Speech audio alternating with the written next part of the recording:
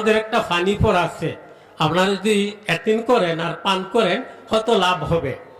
তো তারা বলতেছে আপনারা বাংলাদেশি এই মুসলমানেরা আপনাদের পানি পড়া নিমু না। হে আস্তে আস্তে বলে, হে আস্তে আস্তে বলে, দেখি তাদের পানি পড়াটা দাও, দেখি আল্লাহ আমাকে বাঁচায়নি। 5 ওয়াক্তের নামাজের পরে আমরা রিচার্জ করে কিতাব তাল্লাশি দিয়ে দিয়ে একটা আমল পাওয়া গেছে। 5 ওয়াক্তের নামাজের পরে আমলটা যদি কারো কাছে আইসা যায়, আল্লাহ তাদের দুনিয়ায় 5 লাইনে, পরকালে 2 লাইনে, 7 লাইনে আল্লাহ তাদের লাভবান বানিয়ে দিবেন। দুনিয়াতে কি 1 নম্বরে 5 ওয়াক্তের নামাজের পরে এই আমলের সাথে সাথে প্রথমে লাভটা শুনি, পরে আমল। নামাজের সাথে সাথে যখন এই আমলটা করবে, আল্লাহ তার পাছনের জীবনের গুনাহগুলো মাফ করে দিবেন। 2 নম্বরে 5 ওয়াক্তের নামাজের পরে যখন এই আমলটা করবে, আল্লাহ তাআলা প্রতিদিন তার প্রতি 70 বার রহমতের দয়া মায়ার নজর ঢালবেন। 3 নম্বরে 5 ওয়াক্তের নামাজের পরে এই আমলের কারণে আল্লাহ তাআলা প্রতিদিন তার দুনিয়ার লাইনের 70টা হাজাত পুরা করে দিবেন। 4 নম্বরে যেটা বড় গুরুত্বপূর্ণ, 5 ওয়াক্তের নামাজের পরে এই আমলগুলো যাদের কাছে আইসা যাবে, আল্লাহ দুশমনদের হাত থেকে তাদের হেফাজত করবেন। দুশমন জিন দুশমন হোক, মানুষ দুশমন হোক, সর্বপ্রকার দুশমনের হাত থেকে আল্লাহ তাদের হেফাজত করবেন। 5 নম্বরে আল্লাহ শুধু এই আমলের বদলে দুশমনদের হাত থেকে হেফাজত করবেনই না, বরং দুশমনদের উপর আল্লাহ তাদের জয়ী বানিয়ে দিবেন। আজকে যদি আপনি গবেষণা করেন, তাল্লাশি দেন, পত্রপত্রিকা দেখেন, পৃথিবীর খবর নেন, সারা পৃথিবীতে মুসলমানেরা নির্যাতিত। কেন? আমল ছেড়ে দেওয়ার কারণে। বলেন সবাই, নবীর কথা সত্য না মিথ্যা? আল্লাহর নবী বলে গেছেন 5 নম্বরে লাভ। 5 ওয়াক্তের নামাজের পরে এই আমলগুলো কাউর কাছে যদি আইসা যায়, আল্লাহ তাআলা দুশমনদের উপরে শুধু দুশমনের হাত থেকে হেফাজত করবেন এই না, বরং দুশমনদের উপর আল্লাহ তাদের জয়ী বানিয়ে দিবেন।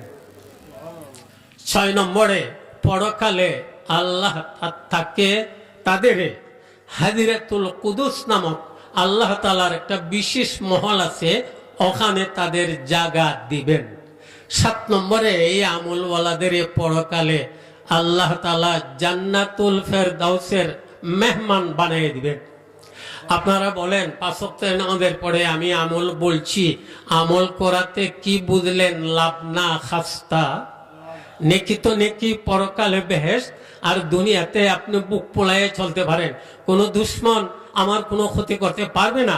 বরং এই আমলের বদলে আমরা কিছু কথা কিতাব থেকে পাইয়া, আমল করে পরীক্ষা করে ফল পাইয়া জাতির সামনে বলি, যাতে মানুষের একটু আগ্রহ আসে।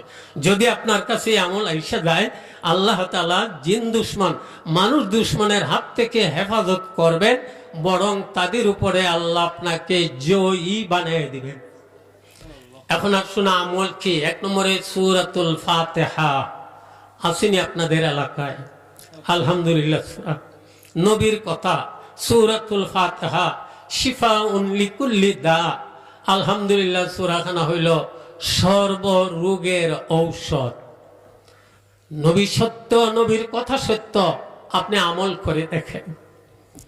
আবু সাঈদ খুদরি রাদিয়াল্লাহু তাআলা আনহু একটা গ্রামের কিনারে দিয়ে যাইতেছেন। দেখা যায় গ্রামের মধ্যে হাই হুল্লার আওয়াজ। যাইয়া দেখেন একটা বিষধারী সাপ খামড় দিছে, বেটা বেহুশ মরণাপন্ন। আবু সাঈদ খুদরি রাদিয়াল্লাহু তাআলা আনহু তার মাথায় আঙ্গুল রেখে সূরাতুল ফাতিহা আলহামদুলিল্লাহ সূরা পড়ে ফু দিলেন, দম করলেন। দেখা যায় মাথায় লইরা উঠছে। বুকের মধ্যে আঙ্গুল রেখে আলহামদুলিল্লাহ সূরা পড়ে ফু দিলেন, দেখা যায় বুকেও লড়া দিছে। আঁঠুর মধ্যে আঙ্গুল রেখে আলহামদুলিল্লাহ সূরা পড়ে ফু দিলেন, আঁঠুও লড়া দিছে। পায়ের আঙ্গুলে আঙ্গুল রেখে আলহামদুলিল্লাহ সূরা পড়ে ফু দিলেন, পায়েও লড়া দিছে। দেখা যায় আল্লাহ তাআলা তার হুশ ফিরাইয়া দিচ্ছেন। সে একটু আগে যেন ছিল মরা, আল্লাহ তারে পুরা ভাবে হুশ ফিরাইয়া দিয়া লোকটা সুজা দাঁড়ায় গেছে। মেরে মহতরম, যদি আমাদের কথা বলি, যেটা পরীক্ষিত 2012 সনে আমরা ভারতের দিল্লি থেকে মহারাষ্ট্রের দিকে আমাদের সফর, রেলওয়ে 28 ঘন্টার রাস্তা। ওই দেশের রেলওয়ের ডাব্বাগুলো থাকে 6 সিটা। আমরা বাংলাদেশি 3 জন, ভারতের শিখেরা 3 জন। একটা শিখ সিটের মধ্যে পড়ে আছে, মরণাপন্ন, কথাবার্তা নাই, বেহুশ, কেউ হাত টিপে, কেউ মাথা টিপে, কেউ ফাও টিপে। তো আমরা জিজ্ঞেস করলাম কি ব্যাপার, তারা বলতেছে তার পেশাব পায়খানা বন্ধ হয়ে গেছে, ডাক্তার বলছে বাঁচার কোনো উপায় নাই, সে মারাই যাবে, আমরা তাকে বাড়ি নিয়ে যাইতেছি আপনদের যাতে দেখে, মরা ছাড়ার কোনো গতি নাই। আমাদের এক সাথী বলতেছে যে আমাদের একটা পানি পড়া আছে, আপনারা যদি এতিন করেন আর পান করেন হয়তো লাভ হবে। তো তারা বলতেছে আপনারা বাংলাদেশি এই মুসলমানেরা আপনাদের পানি পড়া নিমু না। হে আস্তে আস্তে বলে দেখি তাদের পানি পড়াটা দাও, দেখি আল্লাহ আমাকে বাঁচায়নি। আমি উপরের সিটে, তারে দেখে জোয়ান মানুষটা, এই দাড়ি, জোয়ান, বড় স্বাস্থ্য, বড় মায়া লাগলো। বোতলের মধ্যে পানি, আমি 7 বার দুরূদ শরীফ, আপনাদেরও ইজাজতই দেয়া যাইব, আপনারও আমল করুন। যে 7 বার সূরাতুল ফাতিহা পড়ে দম দিলাম, আবার 7 বার দুরূদ শরীফ, এরপরে তারে দেওয়া হইল পান করো। পান করার সাথে সাথে বলতেছে আমাকে বাথরুমে নিয়ে যাও। বাথরুমে নেওয়া হয়েছে, পেশাব হয়েছে, পায়খানা হয়েছে, আল্লাহ যেন তারে মরণের ঘাট থেকে জিতা করে দিলেন। আওয়াজ দিয়ে সবাই বলেন সূরাতুল ফাতিহা, নবীর কথা, শিফাউন লিকুল্লি দা, সর্বরোগের ঔষধ। আপনি সূরাতুল ফাতিহা পড়ার অভ্যাস করতে রাজি আছেননি? পড়বেন কিভাবে? প্রেসক্রিপশন নেন আলিমগণ থেকে, নবীর আমল, নবীর জীবনীতে পাওয়া যায়। 5 ওয়াক্তের নামাজের পরে একবার করে পড়া। আপনি 5 ওয়াক্তের নামাজের পরে একবার করে পড়েন।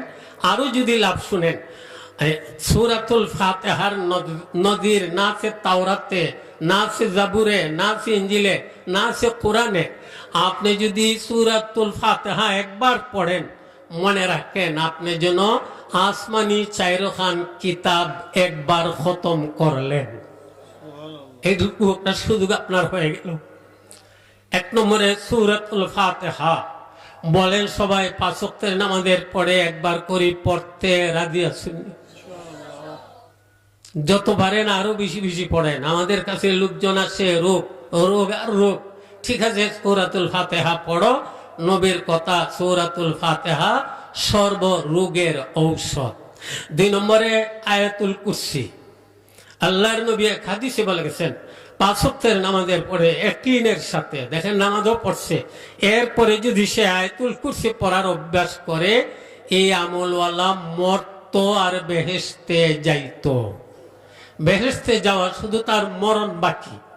আপনারা যদি বলেন যে আমরা বেহেশতে গেলাম, নেকি পাইলাম, দুনিয়ার লাইনে বলেন, তাইলে 5 ওয়াক্তের নামাজের পরে ইয়াকিনের সাথে নবীর কথা অনুযায়ী কেউ যদি আয়াতুল কুরসি পড়ার অভ্যাস করে, আল্লাহ তারে কি দিবেন?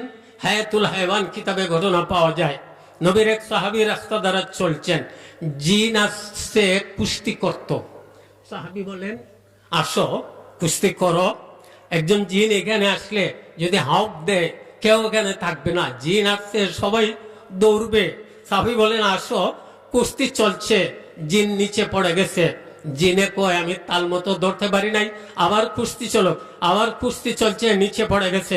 হ্যাঁ কয় এখনো আমি সুবিধা মতো ধরতে পারি নাই, আবার কুস্তি চলো। 3য়বার কুস্তি চলছে, জিন নিচে পড়ে। 3য়বারে কয় ও নবীর সাহাবী, মনে হয় আপনার কাছে আয়াতুল কুরসির আমল আছে।